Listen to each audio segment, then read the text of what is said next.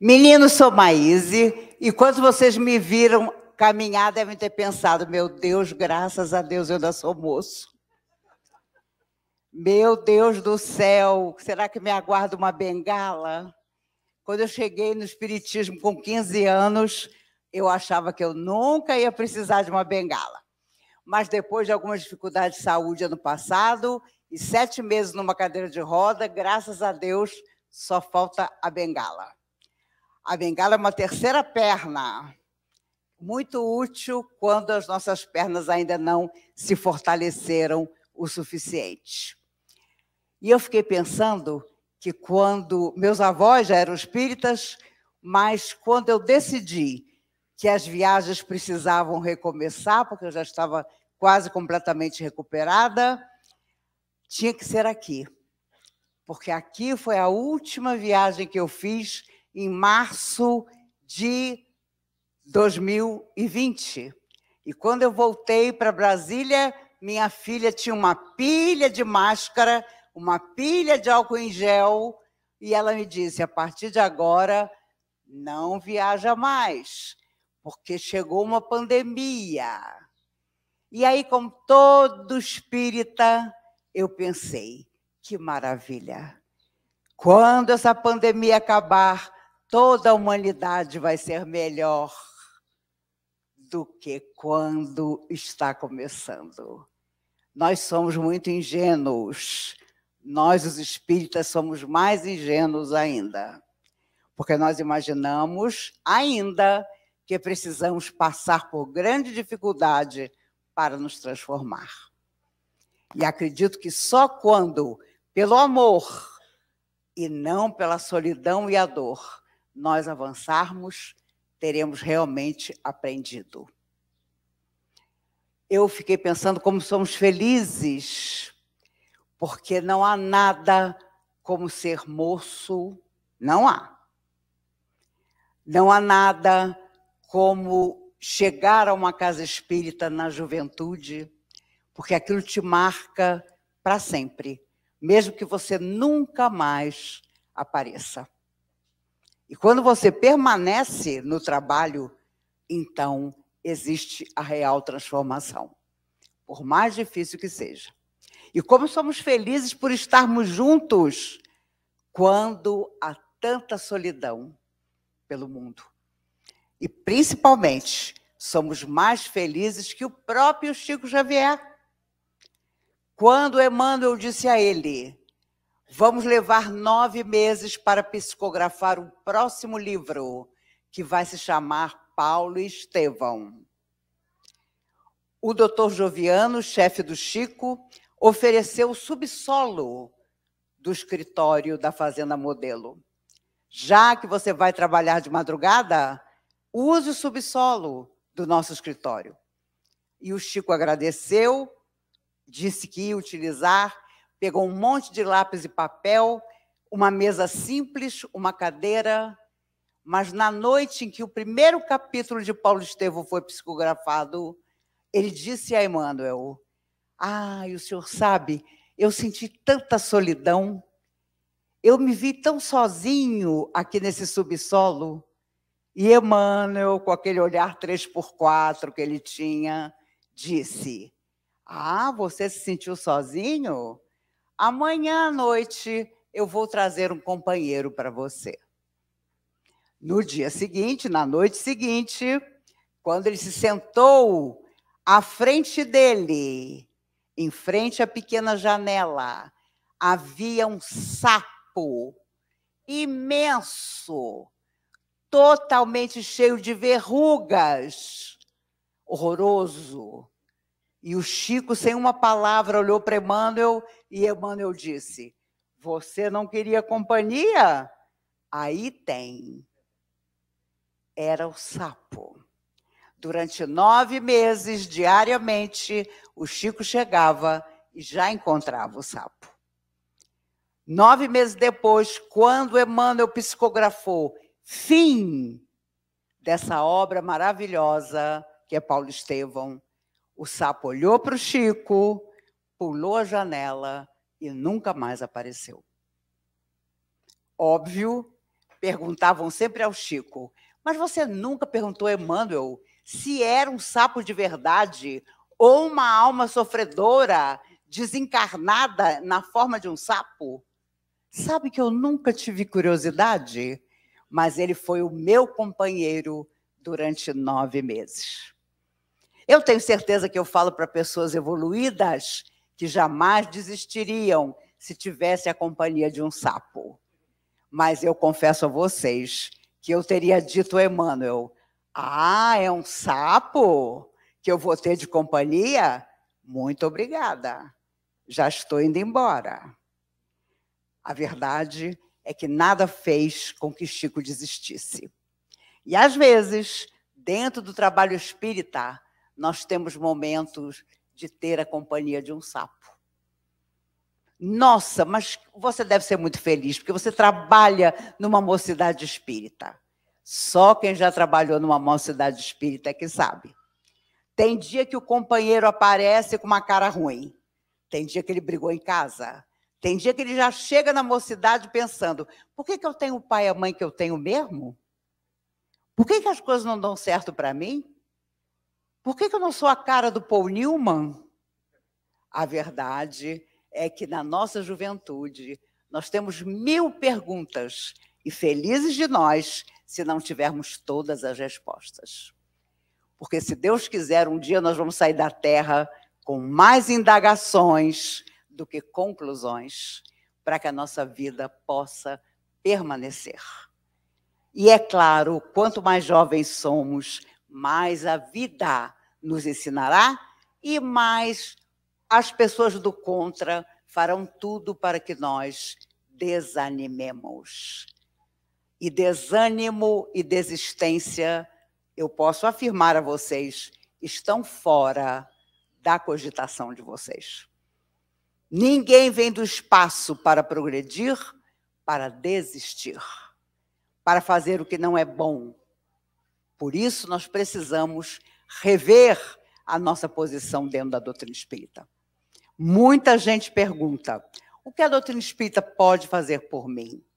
Esquecidos de que temos que também perguntar, o que eu posso fazer pela doutrina espírita? E é principalmente divulgá-la, essa maior caridade, como dizia Emmanuel, divulgá-la através dos nossos atos, das nossas atitudes. Olha, na época da mocidade espírita, da minha época, no início da década de 70 do século passado, a maioria de vocês estava pensando se ia reencarnar ou não. Mas na comunhão espírita éramos 4.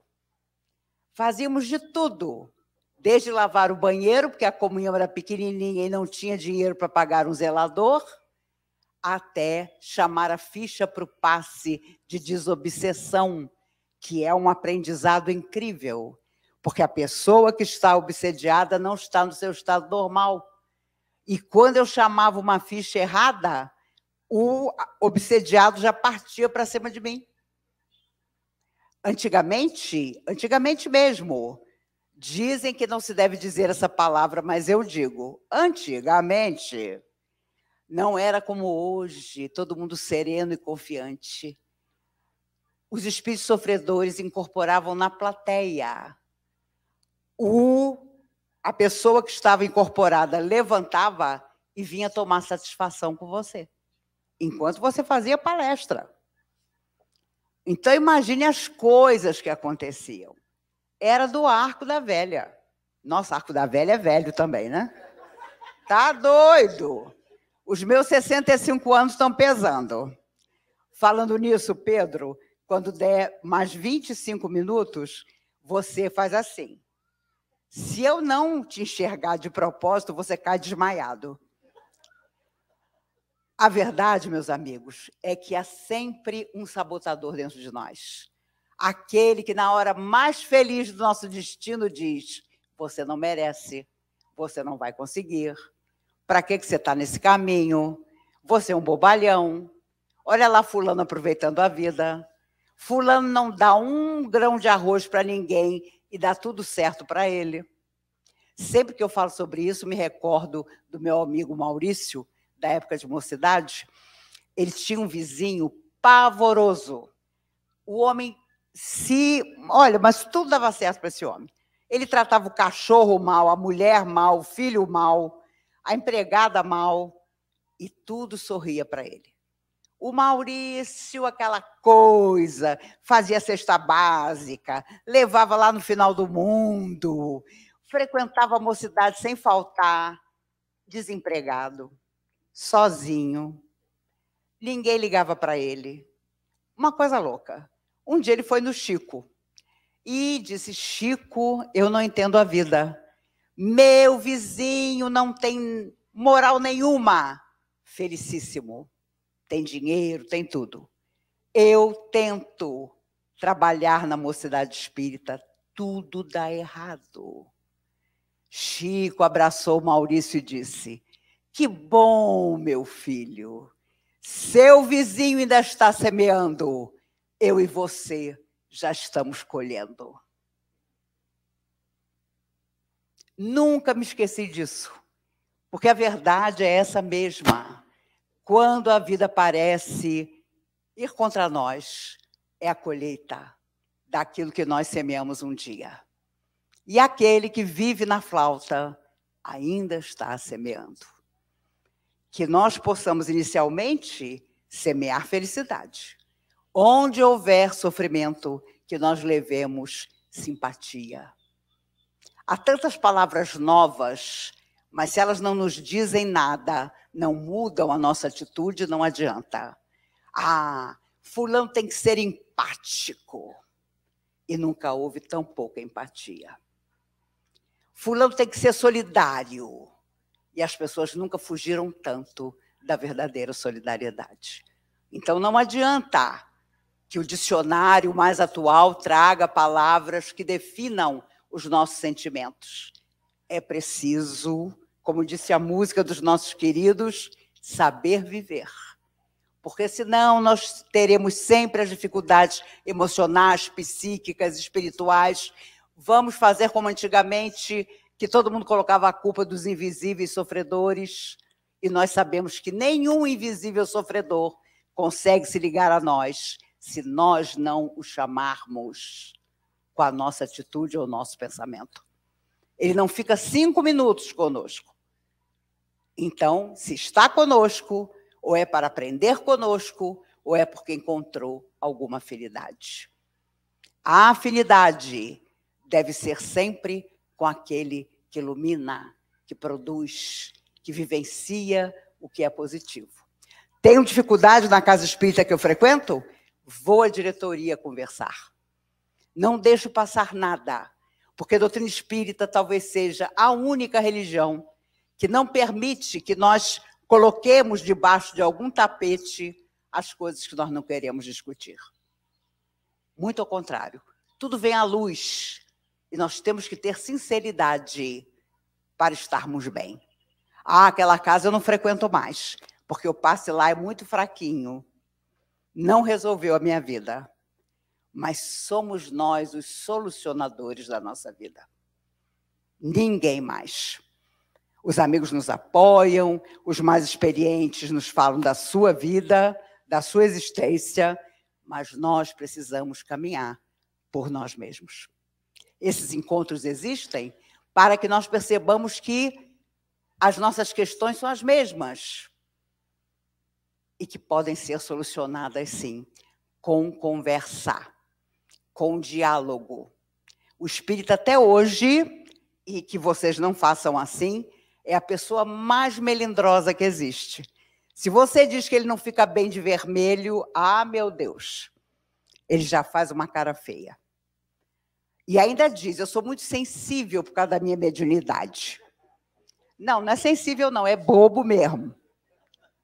Uma vez eu falei para uma plateia de mais de 1000 pessoas, quem vier de vermelho na próxima palestra vai fazer a prece de encerramento. Gente, não tinha um vermelho. Porque as pessoas acreditaram que quem tivesse de vermelho eu ia chamar para fazer palestra. É inacreditável. Eu tive um vizinho que eu descia com a minha cachorra e eu abria um sorriso, encontrava ele e dava bom dia. Um dia, o filho dele teve um problema seríssimo e foi até a comunhão. Ele levou o filho na comunhão. E, obviamente, quando chegou lá, me encontrou. No dia seguinte, eu já toda animada. Meu Deus, ele nunca respondeu o meu bom dia, mas agora ele vai responder. Porque ontem ele me encontrou na comunhão. Ontem ele levou o filho para ser orientado na comunhão. Quando nós entramos juntos no elevador, esse homem me disse: agora eu sei quem a senhora é. A senhora é espírita, todo espírita é maluco. Por isso que a senhora de manhã cedo me cumprimenta sorrindo. Gente, o homem tinha levado o filho problemático na véspera, no centro. E ainda estava me acusando de ser maluca.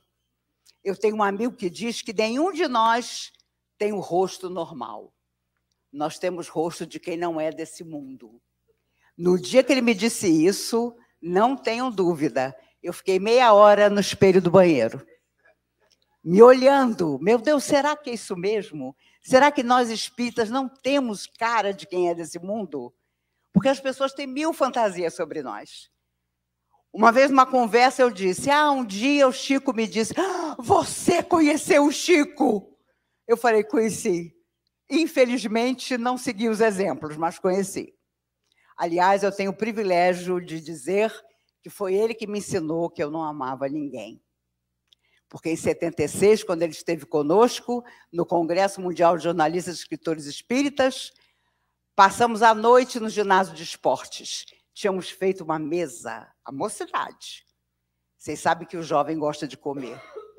O que eu amo em Maria Dolores é que ela era gordinha como eu. Olha, aquela mesa de salgado, aquela mesa de doce, aquela mesa de refrigerante. Das 8 da noite às 8 da manhã do dia seguinte, o Chico bebeu água. Eu morta. A mocidade junto comigo, morta. Eu dirigi a mocidade, tinha que dar o exemplo. Aí eu cheguei por trás dele e falei: Chico, meu Deus, você passou a noite só bebendo água, abraçando e beijando essa multidão. O ginásio não tinha lugar para uma mosca. Dando uma rosa para cada pessoa. Você deve estar liquidado. E, infelizmente, eu tenho uma notícia. Nós já comemos tudo, bebemos tudo, não tem mais nada para você.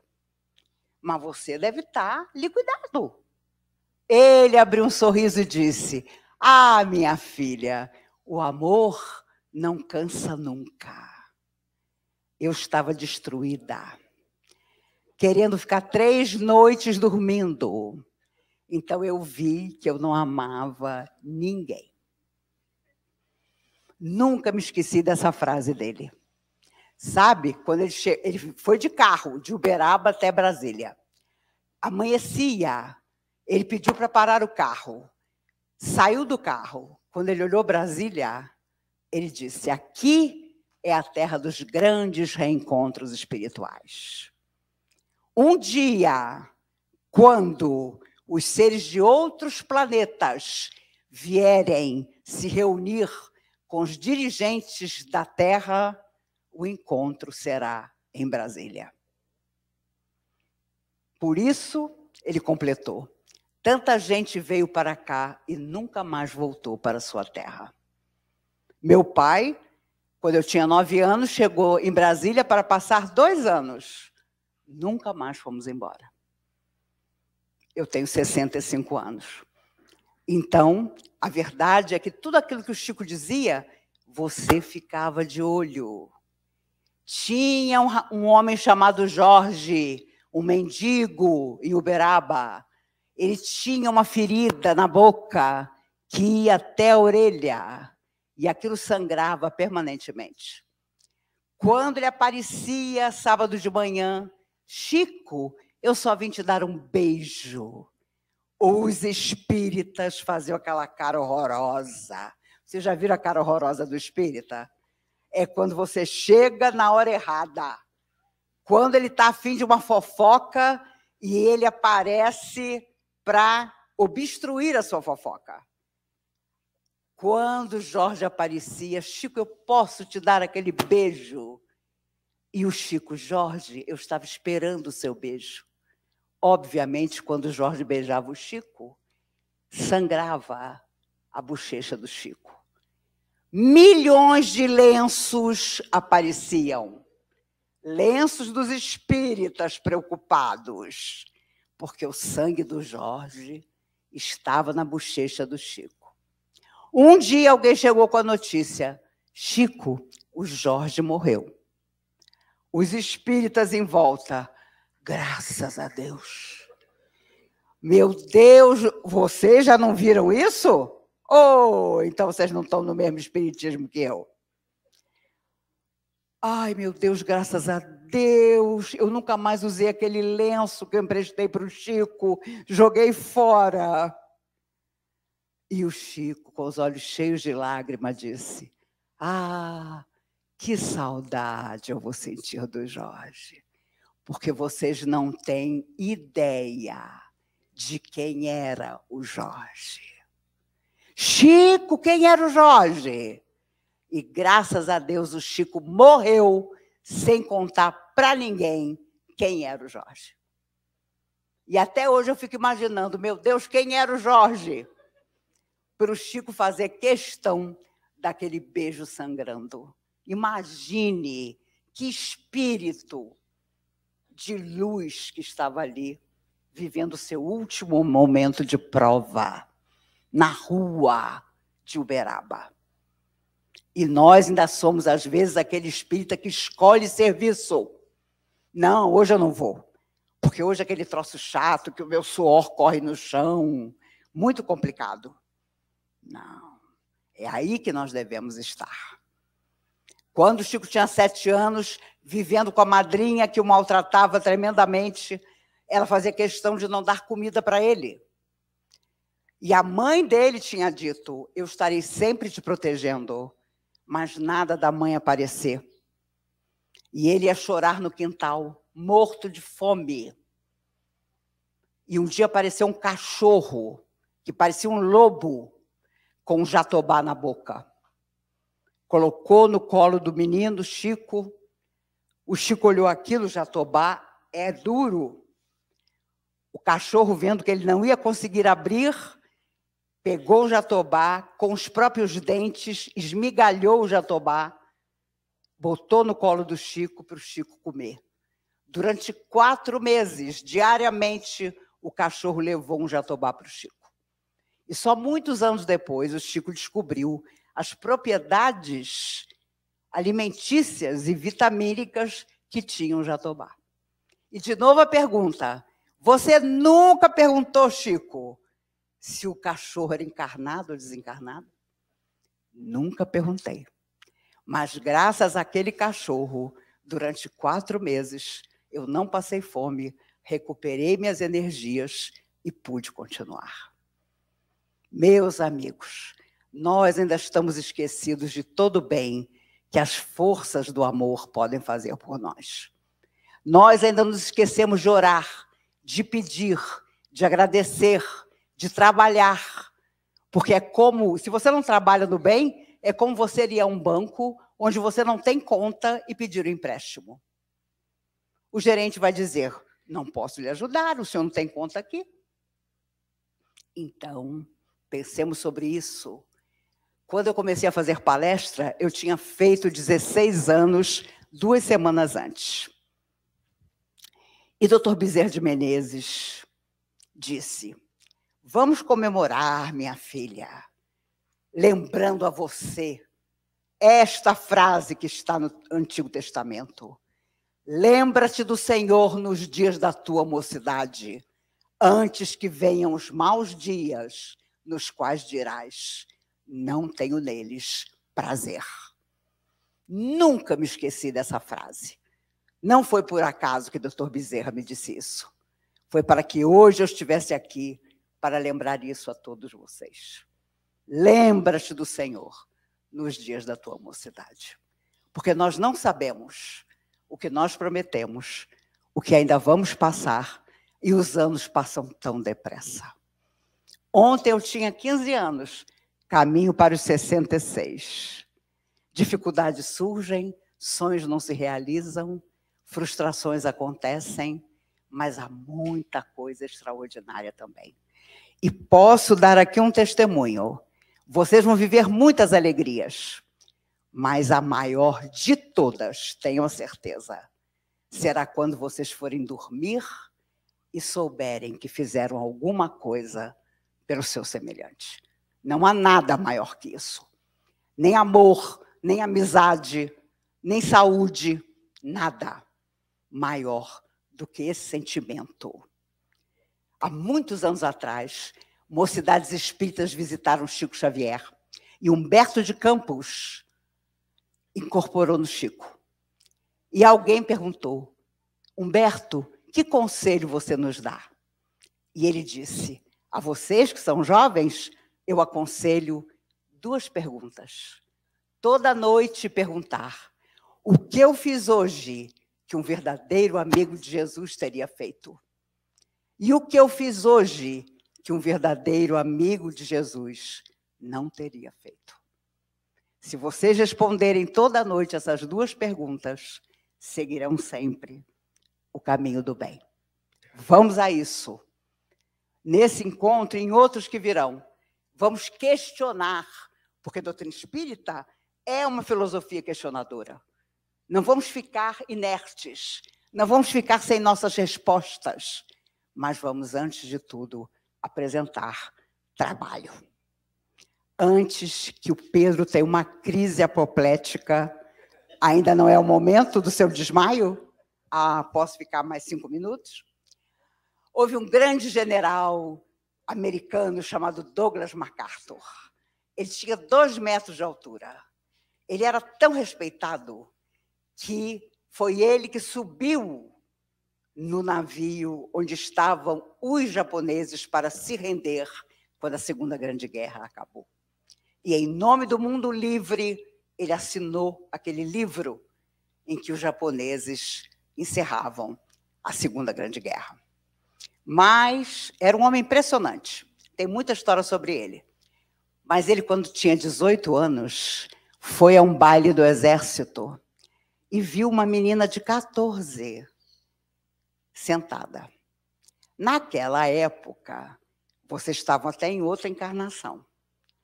Você não chamava uma menina para dançar sem pedir permissão ao pai. Ele foi até o pai da menina, pediu licença para tirá-la para dançar. E o pai concedeu. Ele era um jovem oficial. Ele pegou a mãozinha da menina, começou a dançar com ela. Como todo homem, porque o homem é infinitamente, espiritualmente inferior a nós mulheres, mas são mais espertos. Ele olhou nas mesinhas da festa, havia em cada mesinha um copo com amendoim. Naquela época já existia isso. Ele passou numa das mesinhas, pegou o amendoim, pegou a mãozinha da jovem, encheu a mãozinha de amendoim, olhou nos olhos dela e disse: como eu queria que fossem diamantes. Gente, a menina tinha 14 anos. Ela caiu completamente apaixonada por ele. E, dica para os homens, hein? Carreguem sempre um pacotinho de amendoim. Ela se apaixonou, eles se casaram. Um amor da vida inteira. 60 anos depois. Ele havia feito uma carreira extraordinária na Segunda Grande Guerra, na Guerra da Coreia. Tinha todas as medalhas. Começou a sentir uma dor nas costas, que não passava. Foi até o médico, câncer na medula. Não havia cura. 3 meses de vida. Ele chegou em casa, colocou um disco na vitrola, tirou a esposa para dançar. E enquanto valsava com ela, para sua surpresa, ele colocou na mão dela um colar de diamantes magnífico. E quando ela olhou aquilo, surpresa, ele olhou-a nos olhos e em lágrimas disse: como eu queria que fossem de novo amendoins. E ali, nessa frase, ele resumiu tudo que ele ia deixar de viver com ela e tudo que ele havia vivido. Um mês antes de morrer, aos 99 anos de idade, a esposa dele foi entrevistada no programa de maior audiência nos Estados Unidos, Bom Dia América. Ela sabia que ia morrer logo. E o repórter perguntou: a senhora acredita mesmo que a senhora vai encontrar o general Douglas MacArthur? E ela, sonhadora, respondeu: eu tenho certeza absoluta, porque um amor como o nosso não acaba. E eu tenho certeza que fora desse corpo, eu voltarei a encontrá-lo. E não importa que sejam amendoins ou diamantes, estaremos juntos novamente. Meninos, ainda que a vida só nos dê amendoins, vamos em busca dos diamantes. E os diamantes estão em todo o trabalho nobre que nós realizarmos. Em todo sorriso, em todo abraço, em todo eu estou aqui com você. Não é a minha vida nem a sua, é a nossa existência. Eu tenho certeza absoluta que a próxima vez que nos encontrarmos, tanto eu como vocês estaremos ainda melhores do que estamos. Frases dos espíritos amigos maravilhosas nos levarão à frente. Emmanuel dizia: ama e obterás a bênção do amor. Mas nós não queremos amar. O bem que fizeres em algum lugar será o teu advogado em toda parte. Frase extraordinária também. E acreditem, várias frases dessas deveriam estar escritas nas paredes das casas espíritas, para que nós nunca nos esquecêssemos de que nos doar será sempre a maneira mais rápida de chegar à perfeição para a qual nós fomos criados e que nós vamos alcançar. Nós não viemos à Terra por acaso, porque o acaso não preside nada na nossa vida. Nós viemos para servir, para nos testar novamente. Se nós pudéssemos resolver as coisas do lado de lá, não teríamos tomado um novo corpo.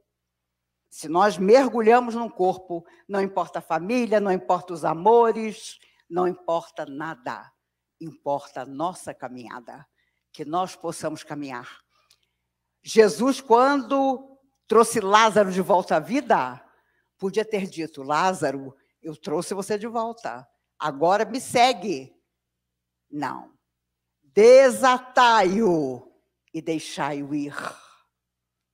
Jesus nunca prendeu ninguém que não quisesse estar com ele. O compromisso era com os 12 apóstolos. Todos aqueles que ele curou, ele dizia: vai e não peques mais. Volta para a tua família, te apresenta a ela para contar o que te aconteceu. Então, meus amigos, sejam amigos, amores, família, casa espírita, lá fora, que é o principal, não importa. Vamos nos mostrar no nosso melhor. Olha, eu era de um jeito, hoje eu sou de um outro, e eu quero simplesmente amar, servir, ser feliz. Combinado? Combinado. Tem gente até bocejando, mas está combinado. Você não precisou desmaiar. Está vendo, meu filho, como eu sou disciplinada? Né? Meus amigos, que Jesus nos guarde. Ele é o amigo inesquecível. É o amigo que nunca nos deixa. É aquele que nos afirmou: eu estarei convosco todos os dias. Então, pensemos sobre isso nas nossas horas mais difíceis. Se Jesus vai conosco, de quem mais nós precisaremos? De mais ninguém. Eu agradeço a honra, a alegria de ter recomeçado a minha tarefa com vocês, aqui, nesse encontro. Vocês não vão se livrar de mim. Voltarei outras vezes, porque eu gosto de voltar para perguntar: e aí, da última vez em que nós estivemos juntos, o que foi que vocês fizeram? E eu também vou contar o que foi que eu fiz. Combinado por último? E vocês que devem estar pensando: meu Deus, como a Maíse, 51 anos depois, é desapegada. Como ela é espiritualizada. Não. Eu já tenho as minhas regras para a próxima vida. Vou ficar 800 anos desencarnada, embaixo de uma mangueira. As pessoas vão passar para a Terra e eu vou dizer, vão com Deus. E na próxima vida, daqui a 800 anos, só tenho 3 exigências. Rica, magra e casada com Paul Newman. É quase nada. É quase nada. Até o último dia dessa existência, se eu morrer de tarde, eu faço uma palestra de manhã, que é para garantir essas coisas. Meus amigos, que felicidade estar com vocês. Essa energia que eu levo comigo permanecerá comigo ao longo do tempo. Nos veremos em breve, porque não existe separação na seara de Jesus. Que Ele nos guarde e nos abençoe, hoje e sempre. Muito obrigada.